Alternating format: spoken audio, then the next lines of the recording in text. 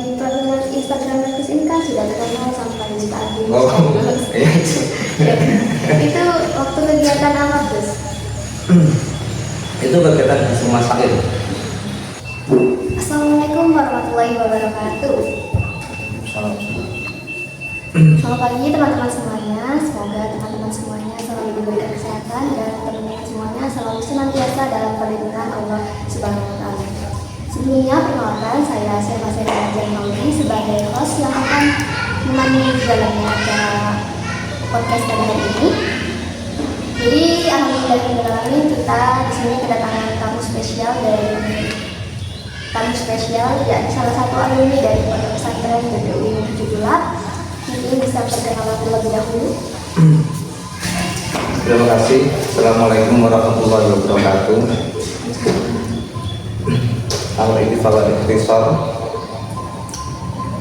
Nama saya Faruk Madani. Saya asli Banyuwangi. Di sini saya sebagai salah satu alumni dari Pondok Pesantren Tujuh Bulak. Saya masuk di sini di tahun 2016-2017. Kemudian saya selesai dan sekarang melanjutkan studi di Lirboyo Kediri. Baik, terima kasih atas penjelasannya, Mas. Kalau boleh tahu di sini alumni tahun berapa, Mas? Saya alumni tahun 2017. Di sini saya masuk kelas 3 aliyah. Lanjutan dari studi saya sebelumnya di Magelang, saya lanjutkan di sini kelas 3 sambil sisanya mengabdi 1 tahun. Jadi 2 tahun 3 aliyah sama 1 tahun mengabdi. Jadi sekolah di sini itu di jenjang madrasah aliyah ya? Betul, saya di jenjang madrasah aliyah yang pada waktu itu di bawah pimpinan kepala sekolah Dumai dengan studi jurusan fokus di ekonomi. Di sini itu berapa tahun sampai di sini? Saya 2 tahun, 1 tahun sebagai siswa kelas 3 aliyah, 1 tahun sebagai pengabdian. Setelah keluar dari sini itu melanjutkan pendidikan ini. Saya setelah dari sini, setelah selesai pengabdian dengan beberapa persyaratan supaya lulus pengabdian, saya langsung melanjutkan studi saya di Pondok Pesantren Lirboyo Kediri. Itu di tahun 2017 selesai dari Tujuh Bulak ini, saya langsung masuk di jenjang sanawiyah Lirboyo Kediri sampai sekarang Muhammad Ali jenjang akhir. Seperti itu. Masya Allah, jadi belum alumni ya, Mas? Masih di Pondok Lirboyo? Ya, sudah jenjang akhir, hendak lulus, hendak mendapat izin. Ya kan, Pondok Pesantren Lirboyo itu termasuk salah satu pondok pesantren terbesar di Indonesia kan? Betul, salah satu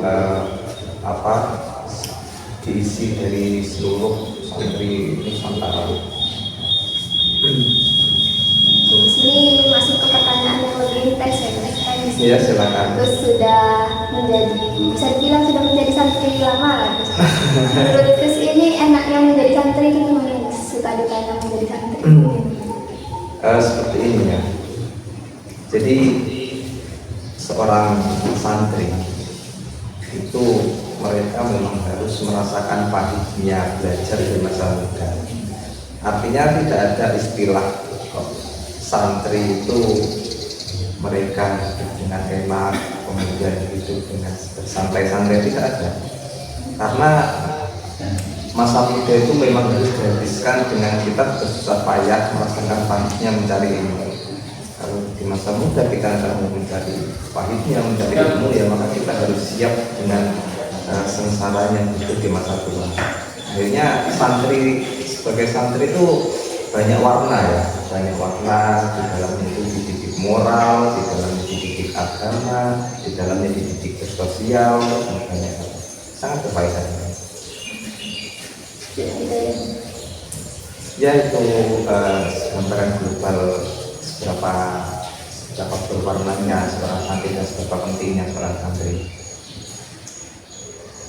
Oke, jadi kan banyak yang nakes nilai santri itu kayak dipandang terbelakang gitu, nggak bisa masuk ke dunia kerja, tertinggal gitu. Jadi menurut Gus ini gimana, kayak prospek karir masa depannya seorang santri itu gimana? Santri itu nanti masuk ke dunia kerja itu bagaimana? Sebenarnya gini, kalau kita berbicara dunia kerja, kemudian karir dan lain sebagainya, itu kan seolah-olah menjadi tolak ukur keberhasilan, tolak ukur kebahagiaan makhluk.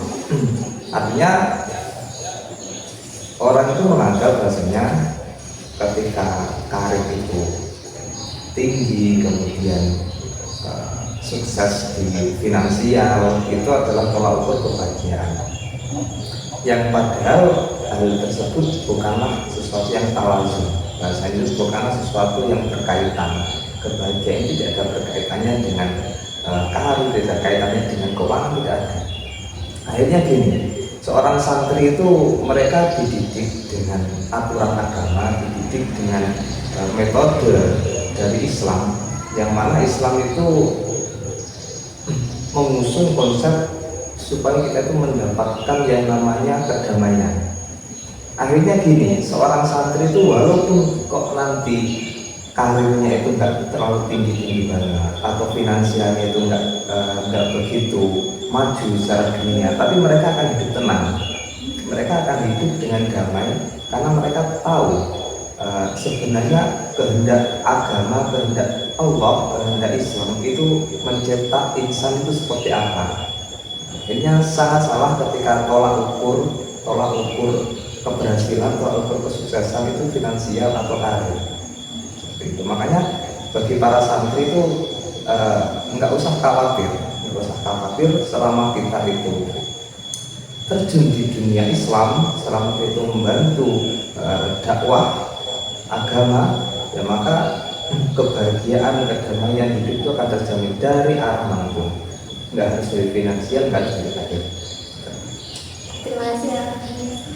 Oke, jadi lanjut ke pertanyaan selanjutnya. Terus ini kan saya lihat di profil Gus itu kan sudah pondok, bisa mungkin di spill nada-nadanya. Akhirnya kalau wisuda pondok itu kan hafalan nadanya, boleh di spill sedikit nada-nadanya Gus? Ya, saya akan spill sedikit makalah dari Nadom. Kalau mungkin dari tim kan ada satu Nadom yang mengatakan bahasanya wanahu awala ulama idil kalam mudunnahu lagi sama. Di situ ada penekanan bahwasanya untuk mempelajari ilmu nahwu, ilmu alat itu adalah ilmu yang paling utama harus diketahui. Kenapa? Karena dari kita tahu retorika bahasa, dari kita tahu retorika dalam tulisan, sehingga kita itu dapat menelurkan banyak ilmu-ilmu dari kita membaca kitab-kitab dan sebagainya. Itu salah satu kutipan ini atau salah satu kutipan macam apa ya di awal itu peribatan ada dan bukti bahwa bisa kijak itu tak. Itu salah satu kutipan Ampia yang juga memberikan pelajaran bahwasanya kita itu nggak boleh melupakan guru-guru kita terdahulu atau ulama-ulama kita terdahulu, karena mereka lebih awal, maka mereka itu lebih berhak untuk mendapatkan kemuliaan. Itu bentuk salah satu kaidah Nadom yang kami pelajari. Itu Gus, kalau di profil Instagram Gus ini kan sudah terkenal sampai jutaan views. Itu waktu kegiatan apa Gus? Itu kegiatan Basu Masail itu salah satu bentuk kajian pesantren, salah satu bentuk kajian salaf yang mana di situ memecahkan problem umat dengan tendensi atau dengan referensi dari kutubus salaf, dari kitab-kitab kalangan ulama salaf. Artinya Basu Masail itu betul-betul teruji hasil keputusan hukum di dalamnya, karena nggak tercampuri pemikiran-pemikiran pribadi, nggak tercampuri oleh logika-logika yang di situ nggak berdasar.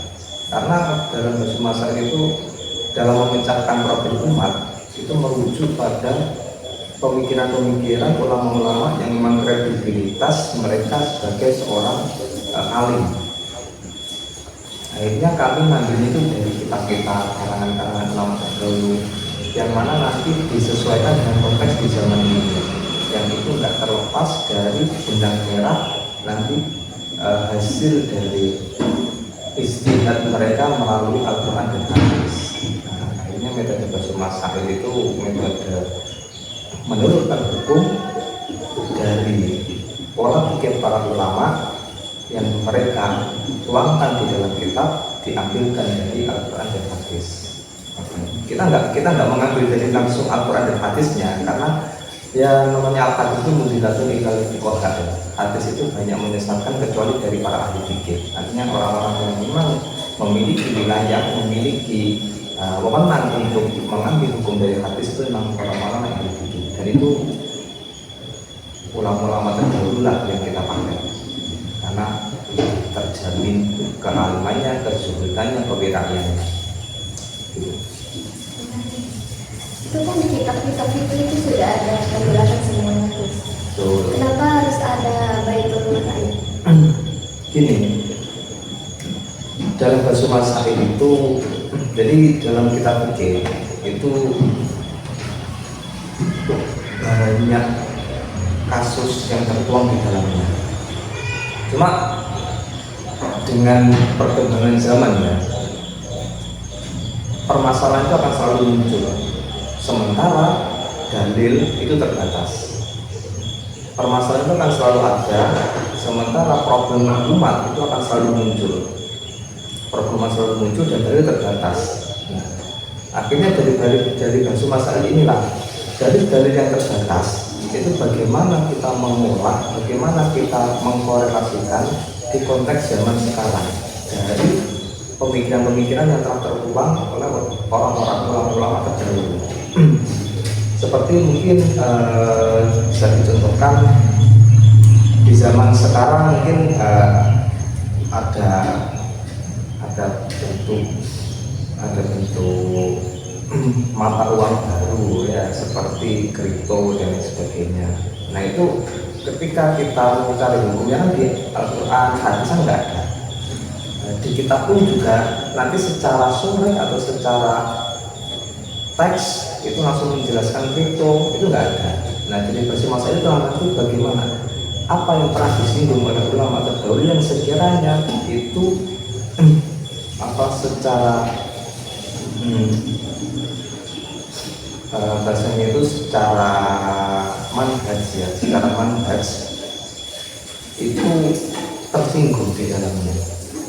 Secara manhaj atau secara eksplisit lah ya, secara makna itu ada korelasi walaupun nggak secara surat. Nah dari Basu Masail itu seperti ini, bagaimana menyetuskan suatu hukum yang di situ tidak ada penjelasan suratnya, tidak ada dalil suratnya, dikorelasikan dengan apa yang ada satu titik temu di dalamnya, itu satu bentuk sehingga menentukan hukum.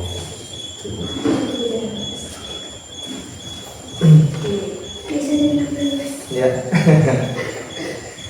Jadi kan di sini kan sudah datang ke sini. Jadi di sini kita menyiapkan beberapa pertanyaan lagi terus dari bapak dan mas-mas yang ada di sini. Ini ada 3 pertanyaan yang saya bacakan ya terus. Jadi ini ada, kalau hukumnya wanita itu berdandan terlalu menor tapi itu mau ke masjid terus itu gimana? Mau ke masjid? Ya, berdandan terlalu menor.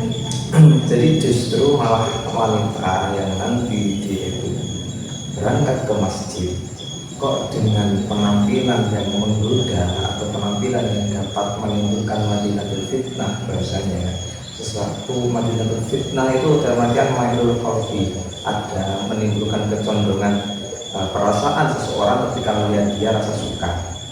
itu justru malah nggak boleh. Malah nggak boleh karena wanita itu dia itu fitrahnya itu satu memang lebih baik dia diam di rumah. Dia al-qarah lebih baik contohnya, dia itu lebih baik diam di rumah. Akhirnya bukan suatu alasan untuk pergi ke masjid kemudian dia itu bisa berdandan, itu bukan suatu problem, justru itu malah hal yang tidak diperbolehkan karena itu motornya itu lebih besar. Motornya lebih besar dan wanita itu baiknya memang dia diam di rumah karena potensial mandiri fitnahnya itu nyata di dalam wanita itu. Ya seperti yang diharuskan masalah itu internal baru minfati dinamis. Aku tidak meninggalkan fitnah yang lebih besar setelah sepeninggalku kecuali perempuan. Ya seperti itulah. Kemarin juga setelah jawab pertanyaan pertama, boleh diminum ini.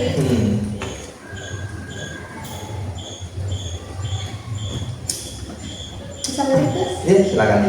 Lanjut untuk pertanyaan kedua, ada hukum berboncengan dengan non-mahram seperti kayak teman tapi udah kenal gitu atau sepupu gitu, tapi itu pergi ke masjid atau ke pengajian itu gimana?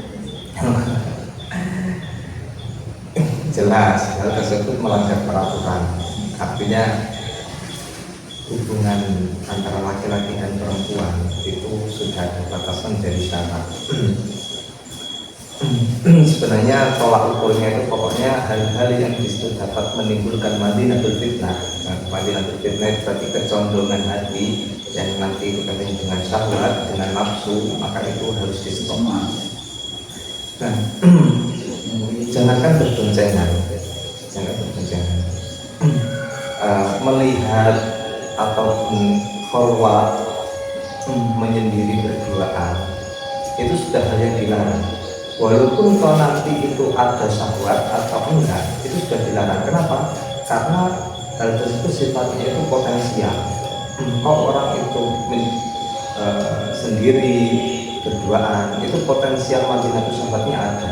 Entah itu wujud atau enggak, tetap dilarang. Akhirnya seperti berboncengan, kemudian nonton bareng, nonton sholawat bareng, nah tersebut jelas tidak boleh.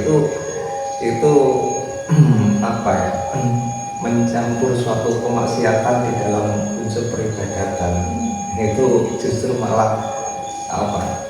Justru malah bentuk suatu penghinaan pada suatu ibadah. Mending nggak usah berangkat. Jadi walaupun pergi ke tempat yang bagus gitu, atau maksudnya ke kayak pengajian gitu, itu tetap diharapkan. Oh ya jelas, artinya keharaman itu nggak bisa menjadi halal sebab ada tujuan baik di dalamnya. Ya kita mencuri kemudian untuk disumbangkan ke orang, ya itu tetap nggak boleh, tetap haram mencurinya walaupun ada tujuan menyimbangkan. Terima kasih. Ada pertanyaan? Ya.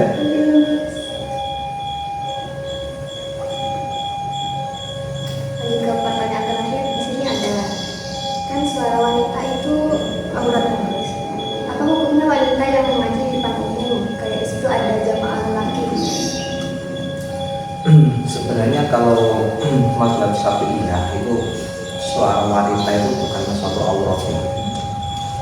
Suara wanita itu bukan suatu aurat. Artinya memang diperkenankan kita itu untuk mendengar sekedar suara itu nggak apa. Tapi kok nanti di situ menimbulkan syahwat atau suara-suara yang memang itu diolah dengan kaitannya menimbulkan nafsu atau bernyanyi dan sebagainya lain, saya kira benar. Tapi kalau sekedar suara saja itu apa?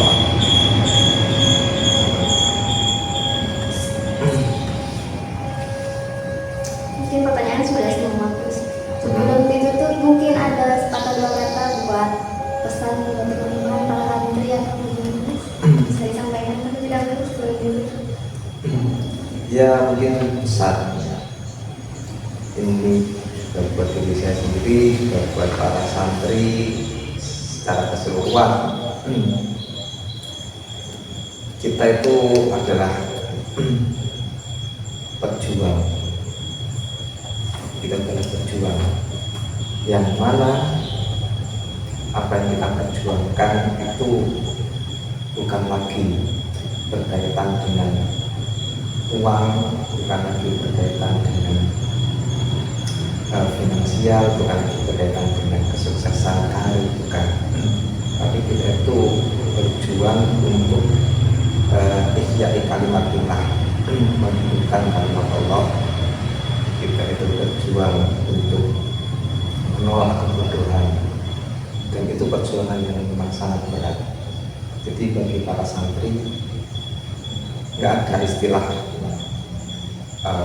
istirahat atau nggak ada istilah untuk break dulu, nggak ada. Selama masih jadi santri, selama masih muda, maka belajarlah segiat mungkin, karena kelak akan ada penyesalan di hari tua ketika di masa mudamu nggak kamu gunakan untuk merasakan pahitnya mencari ilmu. Terima kasih. Sini kami ucapkan terima kasih atas kehadirannya Gus Farouk Madani sebagai santri yang hebat dan juga salah satu santri lulusan dari pondok pesantren Najatullah. Kami ucapkan terima kasih juga karena sudah menghadiri podcast pada hari ini. Kami akhiri. Wassalamualaikum warahmatullahi wabarakatuh. Waalaikumsalam.